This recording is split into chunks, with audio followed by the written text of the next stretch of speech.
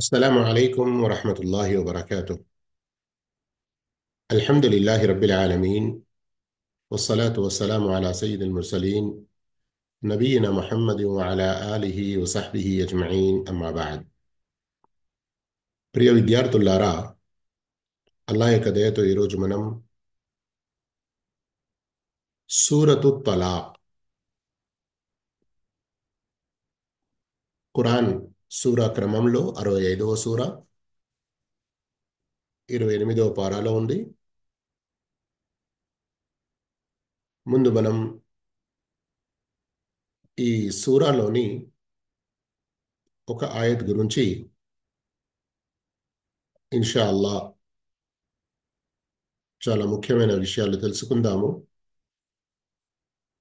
అయితే ఈ సూరతు తలాక్ ఏదైతే ఉందో, దీనికి సంబంధించి ఒక ముఖ్యమైన మాట ముందు చెప్పాల్సింది ఏమిటంటే,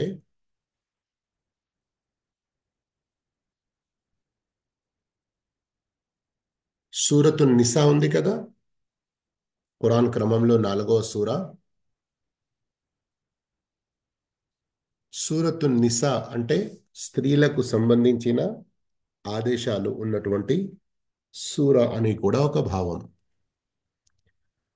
అయితే ఈ సూరతు తలాక్ను కొందరు వ్యాఖ్యానకర్తలు సూరతు నిసా అస్సుగ్రా, చిన్న సూరతు నిసా అని చెప్పారు.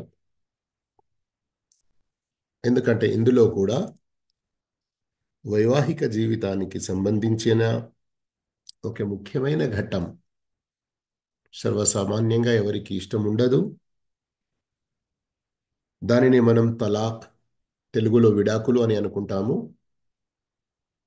దానికి సంబంధించిన ఆదేశాలు, ప్రత్యేకంగా విడాకులు పొందిన స్త్రీకి సంబంధించిన ఆదేశాలు ఇందులో వచ్చాయి.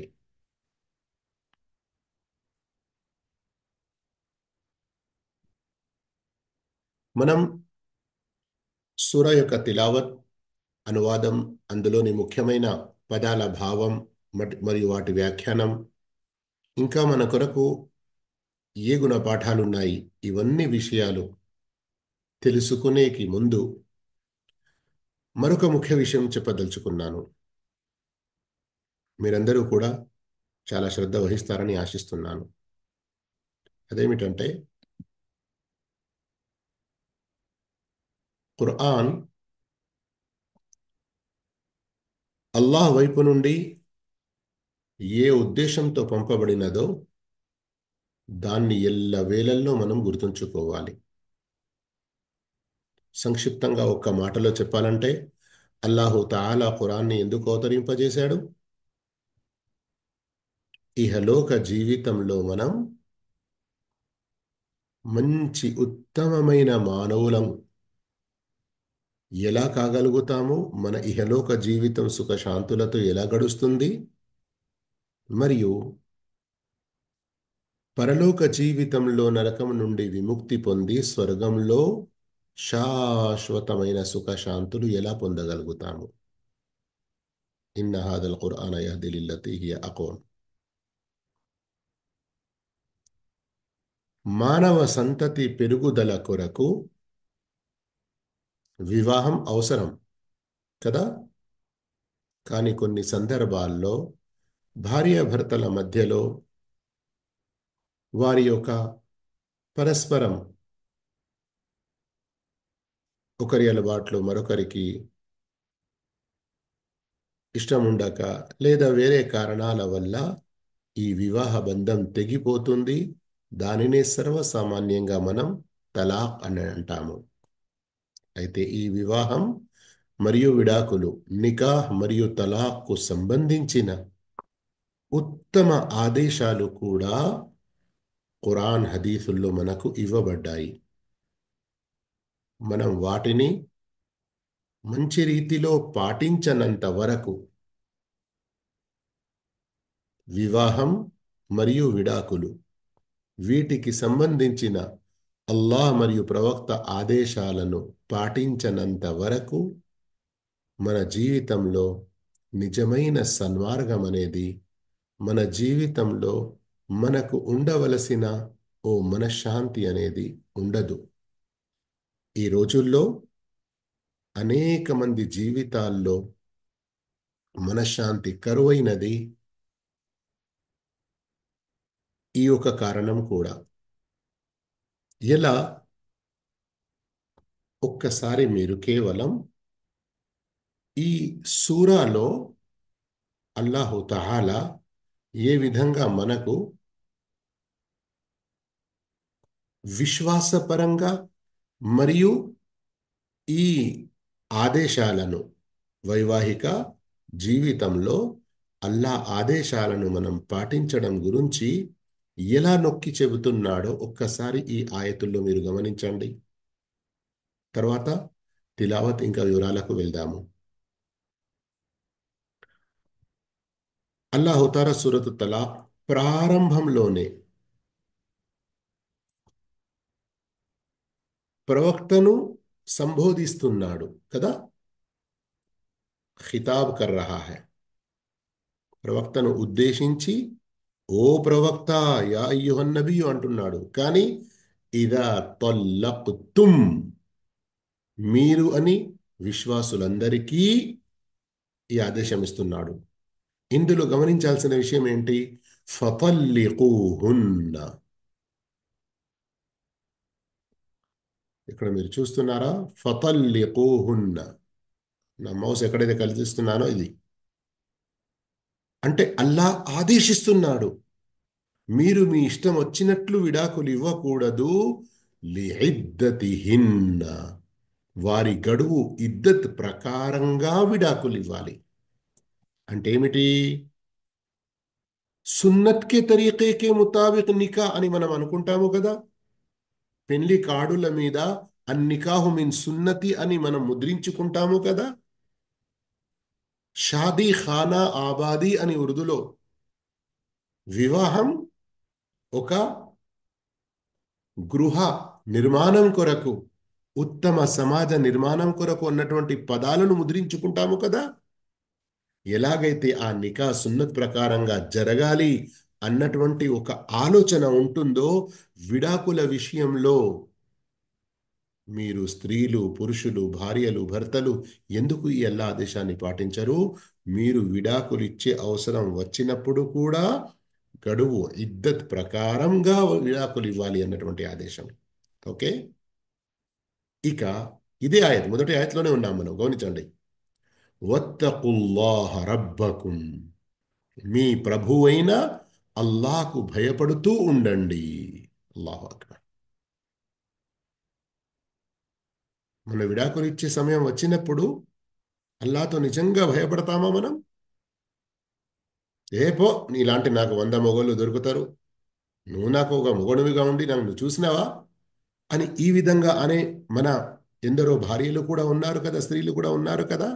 అంటే నేను చెప్పే ఉద్దేశం, అటు భర్త కానివ్వండి, భార్య కానివ్వండి, ఒకవేళ భర్తకు భార్య ఇష్టం లేదు లేదా భార్యకు భర్త ఇష్టం లేడు, అలాంటప్పుడు విడిపోయే సందర్భంలో కూడా మనం అల్లాతో భయపడి అల్లా యొక్క చట్టం ఏదైతే ఉందో, అల్లా చూపిన విధానం ఏదైతే ఉందో ఆ రీతిలో మనం, ఆ తర్వాతనే వెంటనే గమనించండి, అల్లా అంటున్నాడు, మీరు వారిని వారి ఇండ్ల నుండి గెంటి వేయకండి. పురుషులకు చెప్తున్నాడు, స్త్రీల గురించి. లా తుఖ్రిజుహున్న మిన్ బుయూతిహిన్న, ఇక్కడ గమనించండి, మిన్ బుయూతిహిన్న, వారి ఇండ్ల నుండి. అంటే భర్త సంపాదించి గాని, కిరాయికు గాని, నెలకు కిరాయిలు కట్టుకుంటూ గాని భార్యను ఏ ఇంట్లో ఉంచుతాడో, అల్లాహుతాలా ఇక్కడ గమనించండి, స్త్రీలకు ఎంత గౌరవం ఇస్తున్నాడు. మీరు వారి ఇండ్ల నుండి వారిని గెంటి వేయకండి. ఎప్పటి వరకైతే భార్య భర్త యొక్క వివాహ బంధంలో ఉంటుందో ఆ ఇల్లు భార్యది కూడా. ఏ భర్తకు కూడా రే నీ తండ్రి నాకేమి ఇవ్వలేదు అని అనడానికి హక్కు లేదు. స్వయంగా భర్త ఇల్లు యొక్క వసతి ఏర్పాటు చేయాలి. స్త్రీలకు మళ్ళీ చెప్తున్నాడు చూడండి అల్లాహ్ తాలా, వారు సైతం వెళ్ళిపోకూడదు.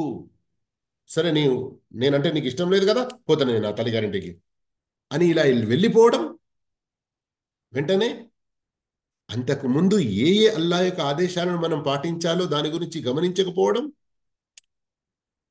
ఈ ఒక్క ఆయతలోనే గమనించండి.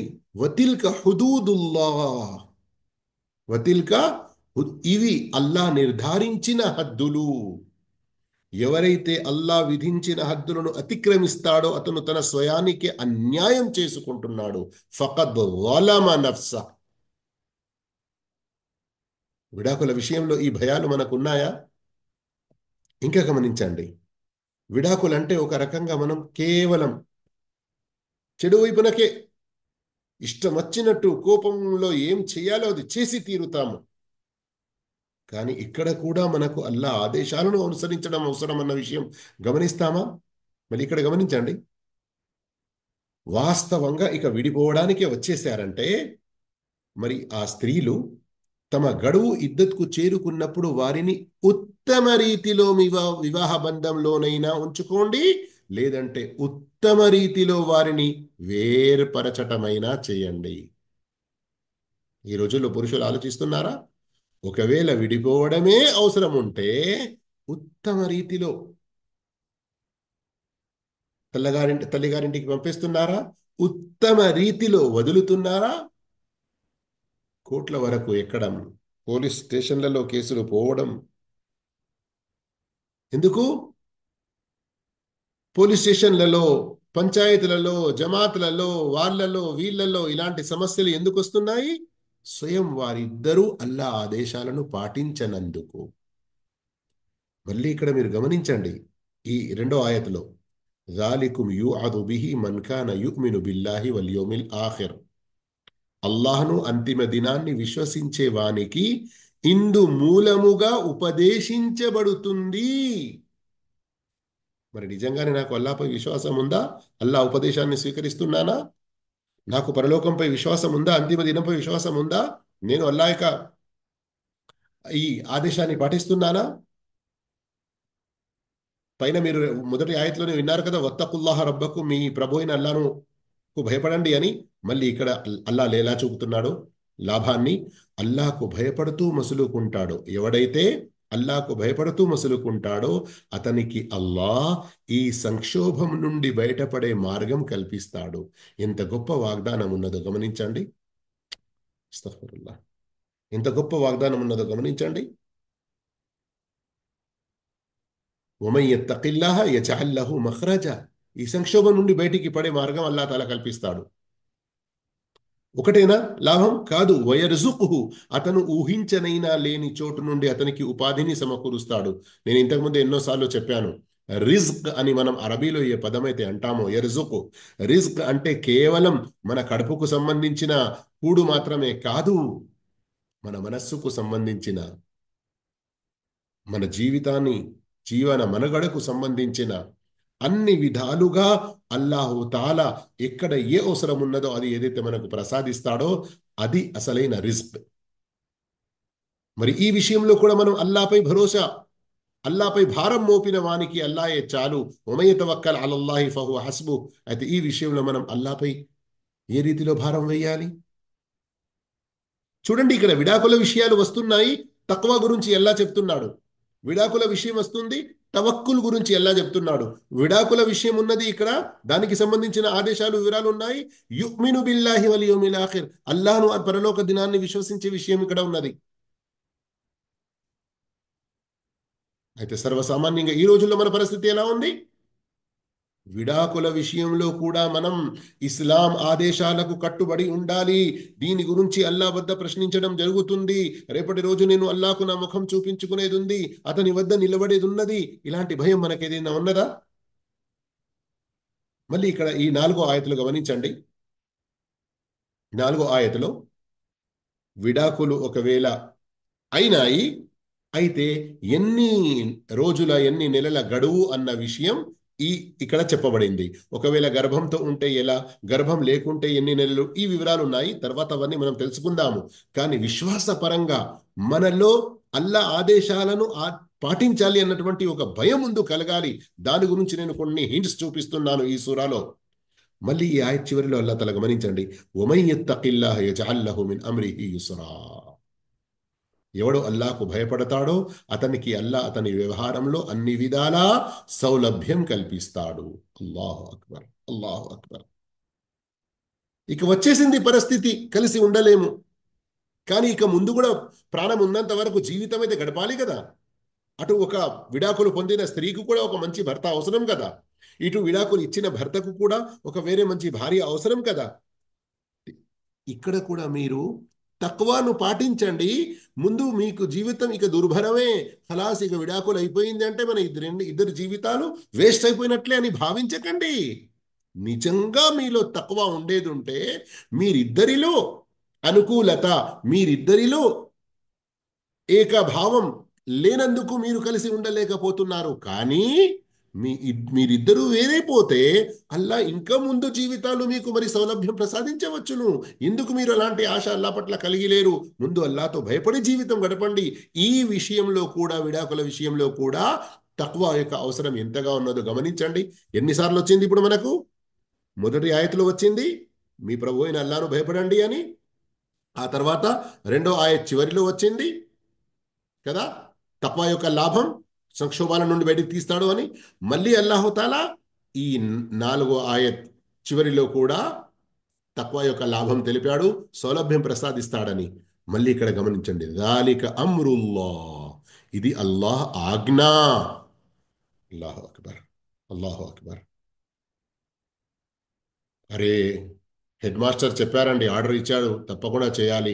ప్రిన్సిపల్స్ గారు ఆర్డర్ ఇచ్చారు, తప్పకుండా చేయాలి. మన ఎమ్మెల్యే గారు చెప్పారు కదా, ఇక మనం చేయకుంటే ఎలా? ఇలా అనుకుంటాము కదా. మనకంటే పైన ఉన్నటువంటి అధికారుల వారి ఆజ్ఞను, వారి ఆర్డర్స్ని తప్పకుండా ఫాలో చేయాలి, పాటించాలి అని. మరి వివాహానికి సంబంధించిన, విడాకులకు సంబంధించిన అల్లా యొక్క ఆదేశం ఇది, అల్లా యొక్క ఆజ్ఞ ఇది. ఎప్పుడైనా మనం గమనిస్తున్నామా ఈ విషయాన్ని? అన్జలహు ఇలైకుం, అల్లా ఆయన మీ వైపు అవతరింపజేశాడు ఈ ఆదేశాలను. అల్లాహు అక్బర్. చూడండి, మనం జీవితంలో కలిసి ఉన్న భార్యాభర్తలు ఒకవేళ విడిపోయినా కానీ, పరిస్థితి ఏమి జరిగినా, మనందరమైతే అల్లా ముందు హాజరై మనకు లెక్క ఇవ్వాల్సి ఉంది కదా. మనమందరము చాలా చాలా పుణ్యాలు ఎక్కువగా పొంది మన యొక్క పుణ్యాల త్రాసు చాలా బరువుగా అయి స్వర్గం వైపునకు పోవాలి కదా మనం, లేకుంటే చాలా నష్టం కదా మనకు. మరి ఇక్కడ మరోసారి అల్లా తల ఆయత్ నంబర్ 5లో కూడా, ఎవడు అల్లాకు భయపడతాడో వమన్ యత్తఖిల్లా యుకఫిర్ అన్హు సయ్యిఆతిహి, అతని పాపాలను అల్లా అతని నుండి రూపు మాపుతాడు. అల్లాహు అక్బర్. భార్యాభర్తల జీవితం అన్నప్పుడు ఏదో చిన్నపాటి పొరపాట్లు ఎన్నో జరుగుతాయి కదా. ఒకరికొకరు తిట్టుకుంటారు కొన్ని సందర్భంలో, ఇంకా వేరే ఎన్నో రకాలుగా. ఆ పాపాలన్నీ ఎలా పోవాలి మనవి? అయ్యో, నిజంగా అల్లా వీటి గురించి ఏం ఆదేశం ఇచ్చాడో నేను దాని ప్రకారంగా పాటిస్తాను అన్నటువంటి ఒక తపన ఉండాలి. అల్లా యొక్క భయం ఉండాలి. ఈ తక్వా కూడా గమనించండి, ఈ భయం కూడా మన పాపాల మన్నింపుకు కారణమవుతుంది. అంతేనా? కాదు, మరో గొప్ప శుభవార్త, అతనికి గొప్ప పుణ్య ఫలాన్ని ఒసగుతాడు. మీరు గమనించండి ఒకసారి, మన వైవాహిక జీవితం, వివాహం కానివ్వండి, మన యొక్క విడాకులు కానివ్వండి, మన విశ్వాసంతో అంటగట్టి, మన విశ్వాసంతో ముడిపడి ఉన్నాయి. అందుకొరకు సోదరు మహాశైలారా, నాకు డబ్బు ఉన్నందుకు కొందరు ఏం చేస్తారు, ఎంత దూరమైనా నేను కోట్ల వెంట తిరగడానికి సిద్ధంగా ఉన్నాను అనుకుంటారు. ఏంటి, 4 బొక్కలు వారేస్తే ఎన్ని కుక్కలు దొరకను అన్నట్లుగా సామెతలు ఇచ్చుకుంటా, ఫలానా వకీల్, ఫలానా లాయర్, ఫలానా నాకు ఇలా సపోర్ట్ చేస్తాడు, అలా సపోర్ట్ చేస్తాడు అనుకుంటా, వారి మీదనే ఆధారపడుకుంటా డబ్బు ధనాన్ని ఎలా వృధా చేస్తున్నారు ఎంతమంది? అవునా కాదా? అల్లా యొక్క భయం ఎక్కడ పోతుంది? ఇది అల్లా ఆజ్ఞ, నేను పాటించాలి అన్నటువంటి మనలో ఉన్నదా? ఇంకా చూడండి, ఈ ఆయతలో కూడా, ఆయత్ నంబర్ 6లో, ప్రతి ఒక్కరూ మీ స్థోమత మేరకు మీరు ఉండే చోటే విడాకులు పొందిన ఆ మహిళలను కూడా ఉండనివ్వండి. అయితే దీని యొక్క వివరణ ఏంటి తర్వాత మనం ఇంకా తెలుసుకుందాము.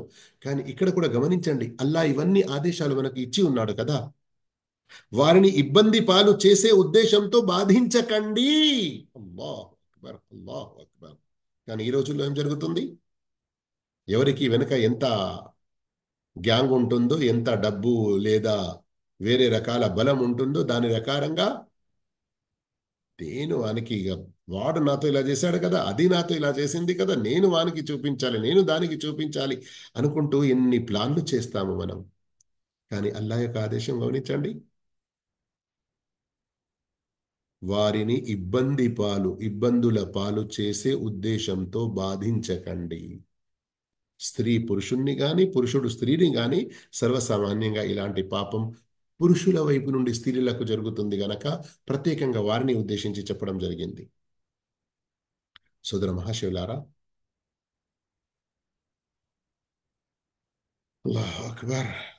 ఈ ఆయతులలో ఎన్ని విషయాలు ఉన్నాయి కదా. ఆయత్ నంబర్ 7లో, ఆయత్ నంబర్ 7లో అల్లా ఏ ప్రాణి పైన దానికి ఇచ్చిన దానికంటే ఎక్కువ భారం మోపడు.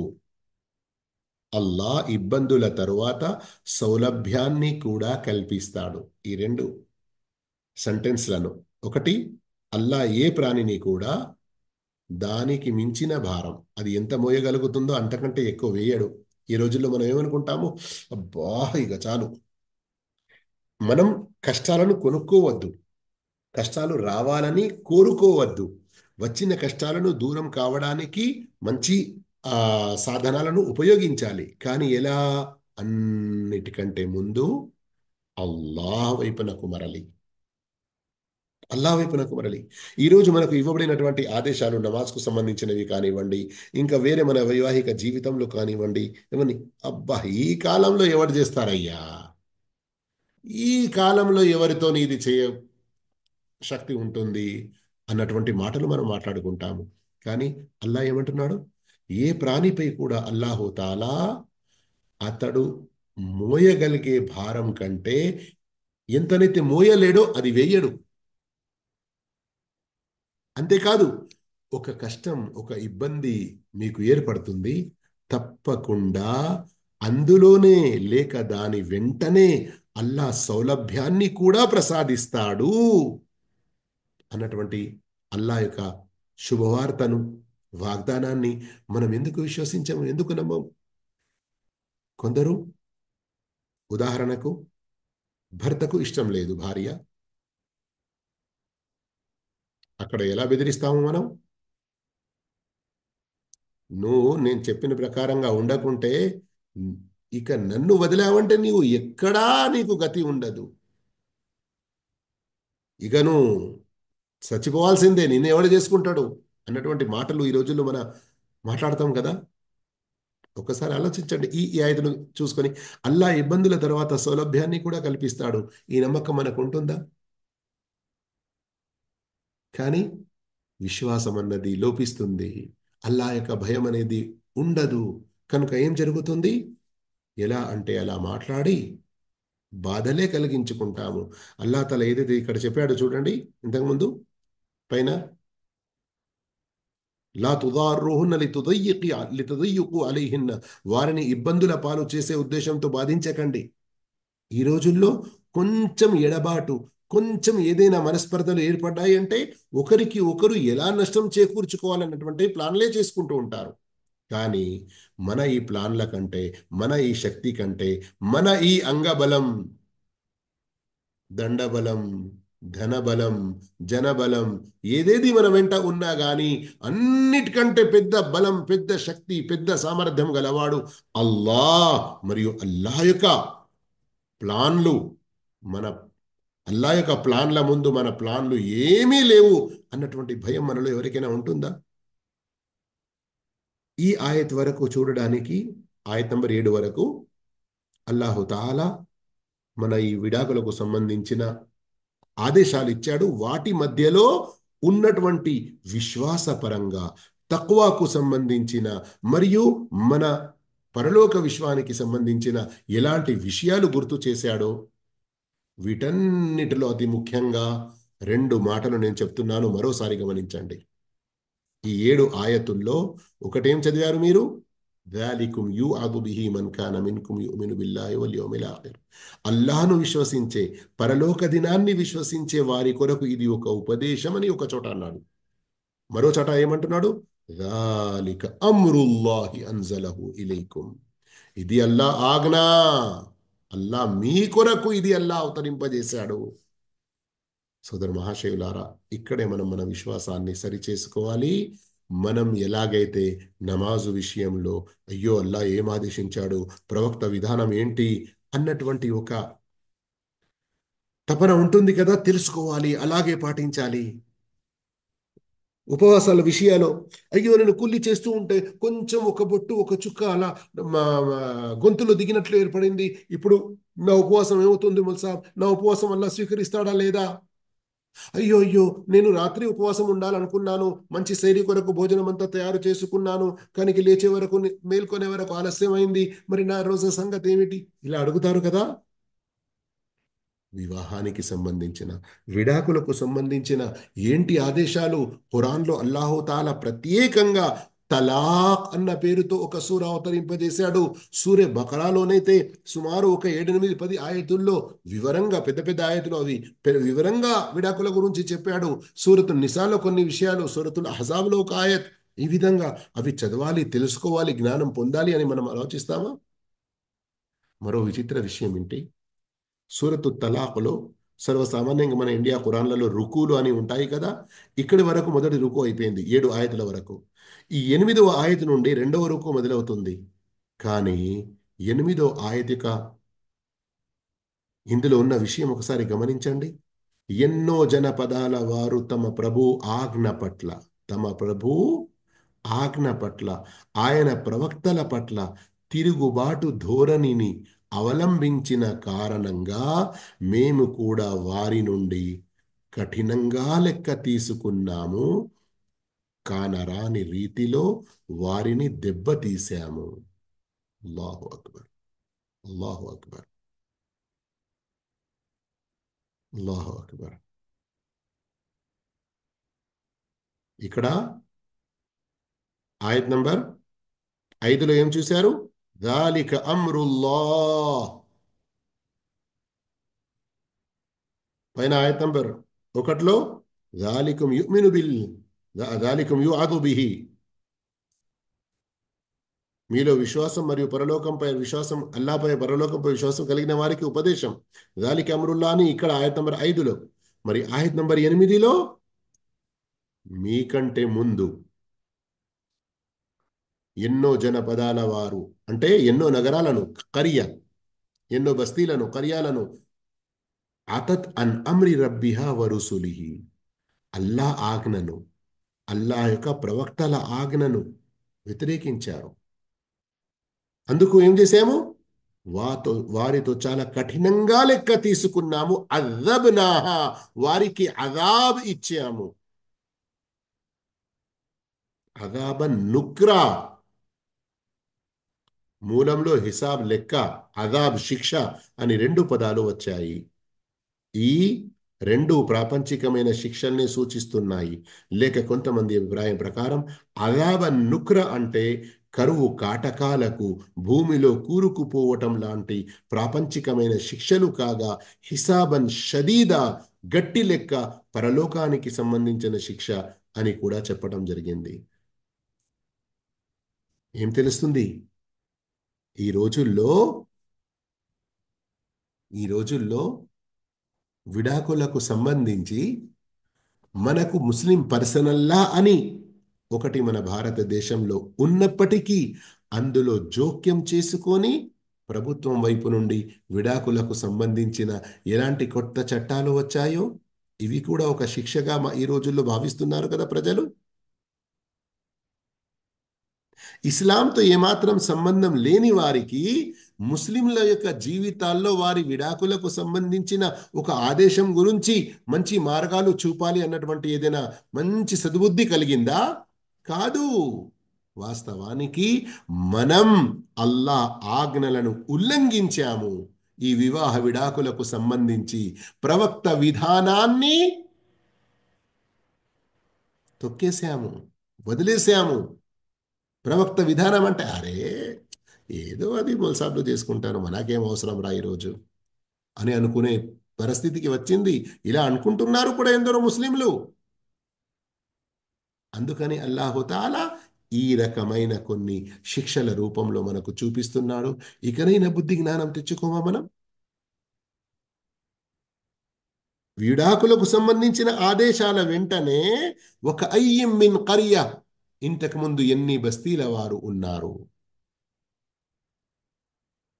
వారిని మేము గట్టిగా లెక్క తీసుకున్నాము, చాలా కఠినంగా వారిని శిక్షించాము. ఎందుకని?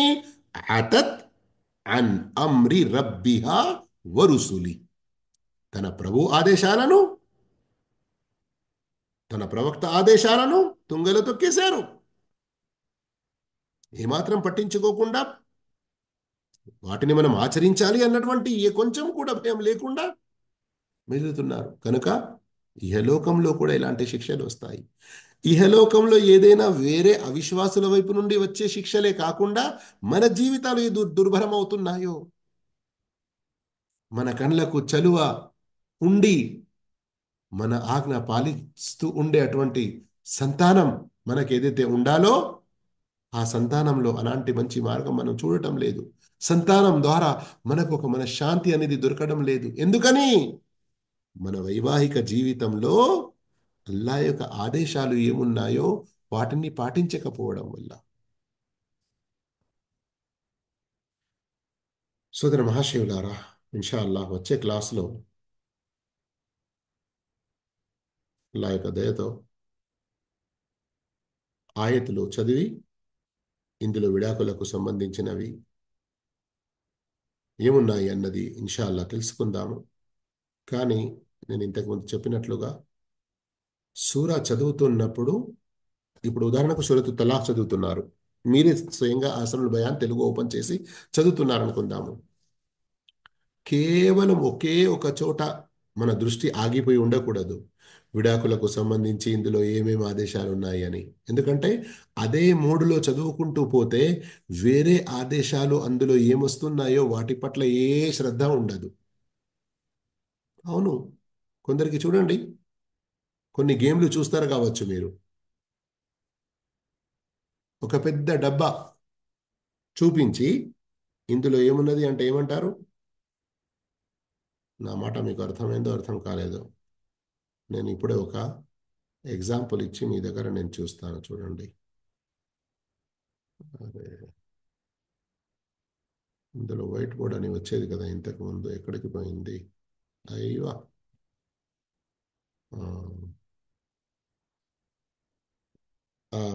మైక్ ఆన్ ఉందా మీ దగ్గర? ఎవరైనా ఒకసారి చెప్పండి.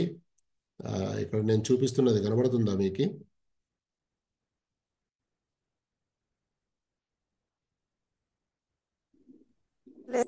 ఇది షేక్ తలాక్ రాస్తుంది అదే వస్తుంది. లేదు, వైట్ బోర్డు కనబడుతుందా?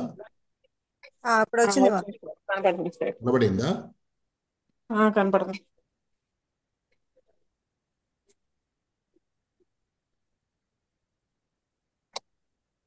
ఏం చూస్తున్నారు మీరు? ఏదో బాక్స్ లో రాశారు షేక్.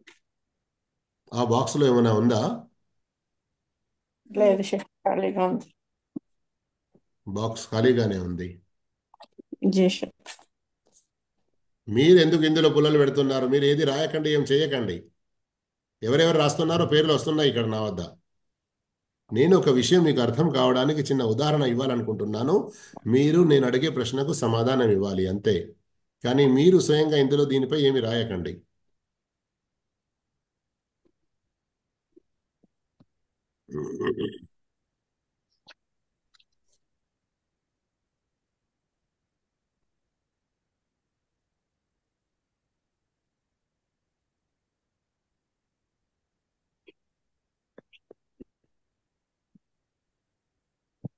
ఇది కూడా ఒక కొత్త విషయం కనబడింది మనకు. సరే, నా ఉద్దేశం ఏంటంటే ఇక్కడ మీకు ప్రాక్టికల్గా చూపిస్తే విషయం అర్థమవుతుందని నేను భావించాను. కానీ అది ఎందుకో ఇంతకుముందు ఒక వేరే రకంగా వచ్చేది, ఇప్పుడు ఇందులో ఏదైనా డెవలప్ అయింది కావచ్చు, అది కొంచెం మారిపోయింది. అందులో మళ్ళీ మీరు మీలో కొందరు ఎవరు ఏమేమి రాసేశారు.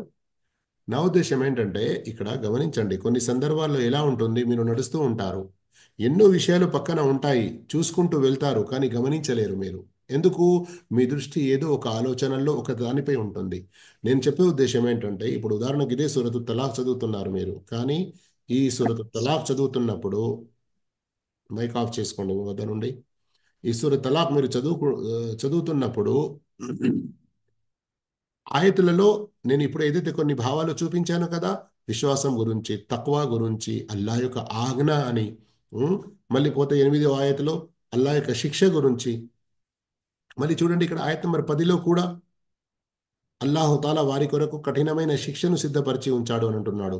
ఫత్తకుల్లా యా ఉలిల్ అల్బాబ్, ఓ విశ్వసించిన ఓ విఘ్నులారా, బుద్ధిమంతులారా, అల్లాహకు భయపడండి.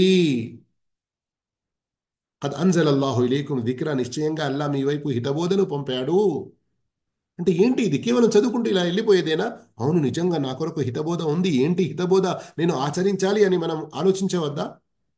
అలాగే ఇందులో చూడండి ఆయత నంబర్ 11లో అల్లాహ్ తఆలా శుభవార్తలు కూడా ఇచ్చాడు.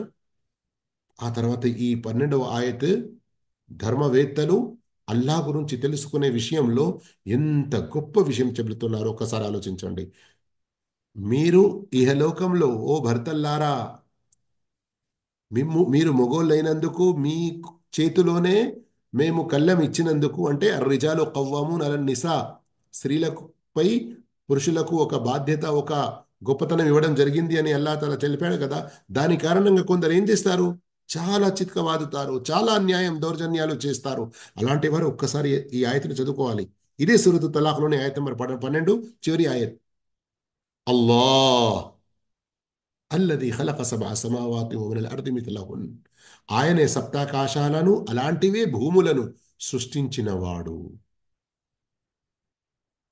నీ చేతిలో ఏమున్నది?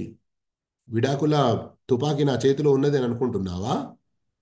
నేను మొగోడిని సంపాదించి పెడుతున్నానని అనుకుంటున్నావా? ఏ అల్లా నిన్ను పుట్టించాడో ఆ అల్లా 7 ఆకాశాలను, 7 భూములను, వాటి మధ్యలో ఉన్న సమస్తాన్ని పుట్టించినవాడు ఆ అల్లాహు తాలా.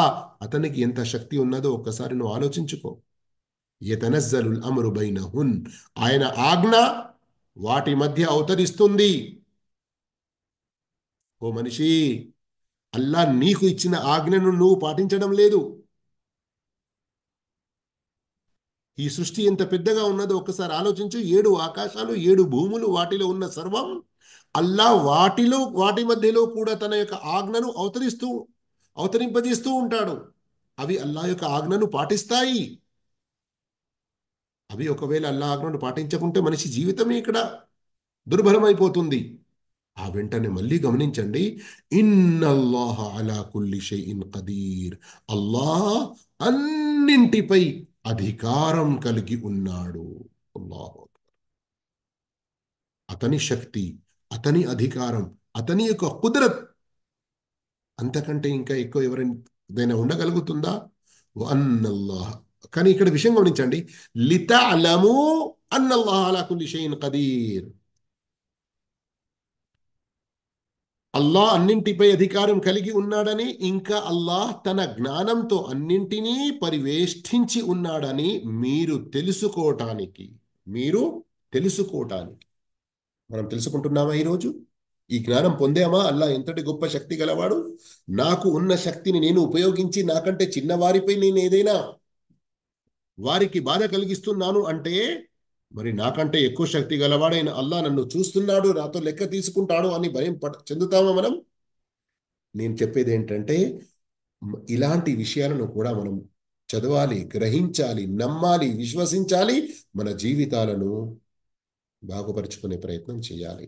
ఇన్షాల్లా వచ్చే క్లాస్లో సూరా యొక్క తిలావత్, ముఖ్య పదాల భావం మరియు వ్యాఖ్యానం, గుణపాఠాలు ఇంకా వివరంగా తెలుసుకుందాము. కానీ నా యొక్క అసలు ఉద్దేశం ఈరోజు ఏముండిందంటే, ఈ కొన్ని ఏ విషయాల పట్లనైతే మనం శ్రద్ధ ఇవ్వమో అలాంటి విషయాల గురించి ముఖ్యంగా మీకు తెలియజేయాలి అని. జజాకుముల్లాహు ఖైరా.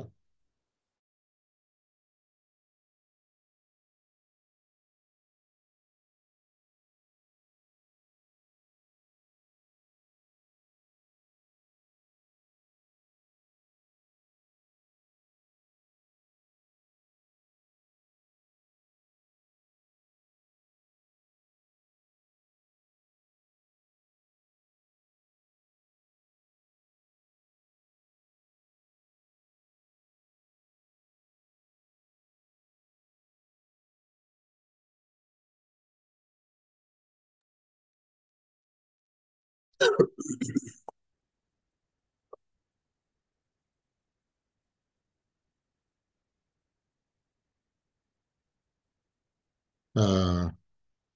చాట్ బాక్స్లో ఒకరు మెసేజ్ పంపారు, బై మిస్టేక్ నా చేతి కలిగే అది స్క్రీన్ షేర్ చేసినప్పుడు. అయితే ఎత్తులైనా మిస్టేక్ జరిగితే అల్లా తల క్షమించుగాక మనందరినీ కూడా దాని గురించి పట్టించుకోవడం లేదు.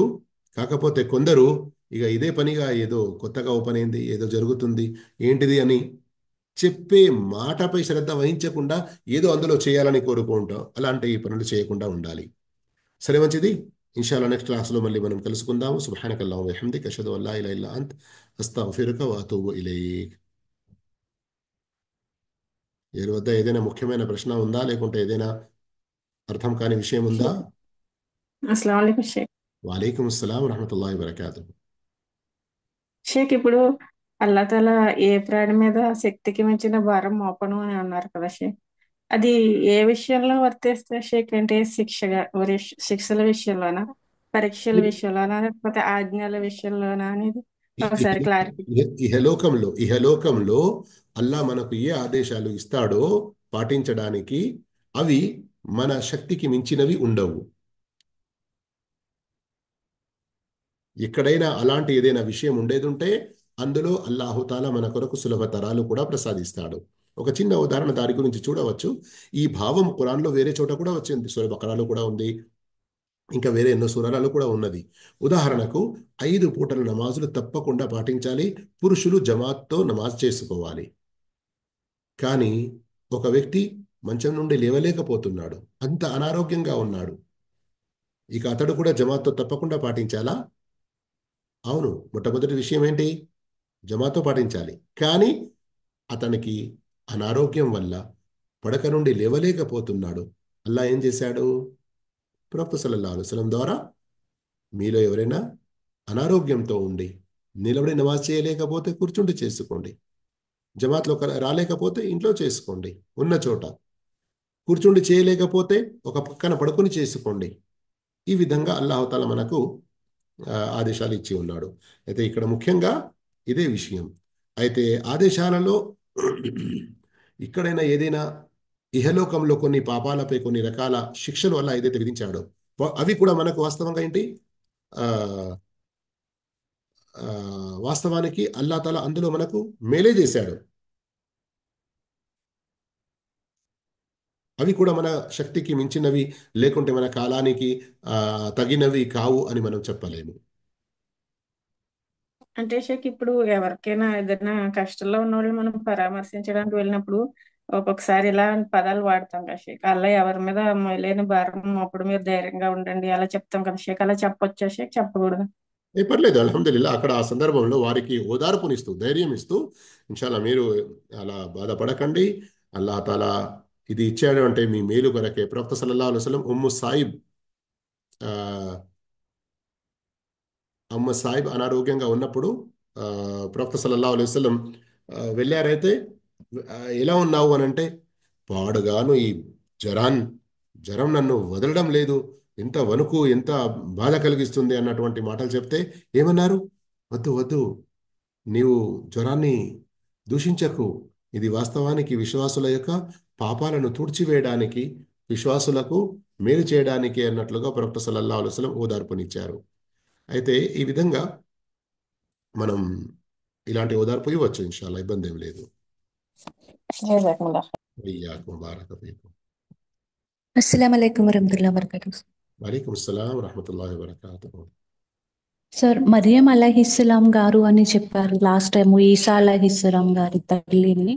అంటే ప్రవక్త కాదు, అలా సందేహంలో పడవద్దు అని చెప్పారు కదా. మరి అమీనా గారిని, ప్రవక్త సల్లల్లాహు అలైహి వసల్లం గారి తల్లిని కూడా అట్లా అంటారా సార్? అమీనా అలైహిస్సలాం అని? లేదు లేదు లేదు. ఎందుకంటే ఇక్కడ ప్రవక్త సల్లల్లాహు అలైహి వసల్లం వారి తల్లి విషయంలో వచ్చినంతనే మనం మాట్లాడుకొని హదీసుల్లో ఆధారాలు ఏమున్నాయో మౌనం వహించడమే మేలు. ఎందుకంటే ఇది మన యొక్క ఆ,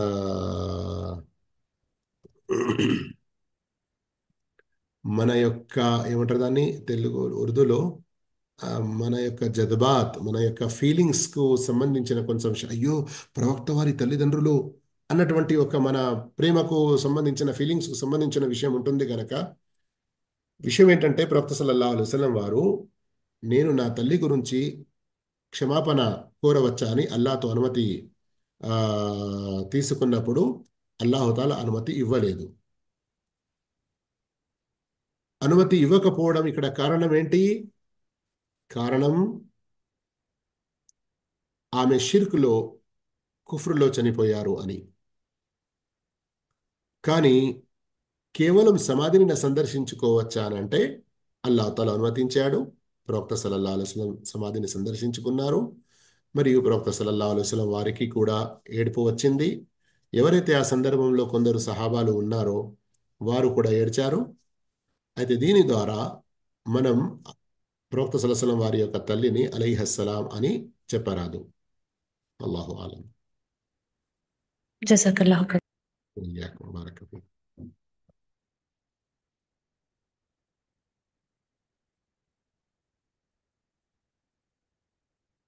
السلام عليكم ورحمة الله وبركاته. سبحانك اللهم وبحمدك أشهد أن لا إله إلا أنت أستغفرك وأتوب إليك.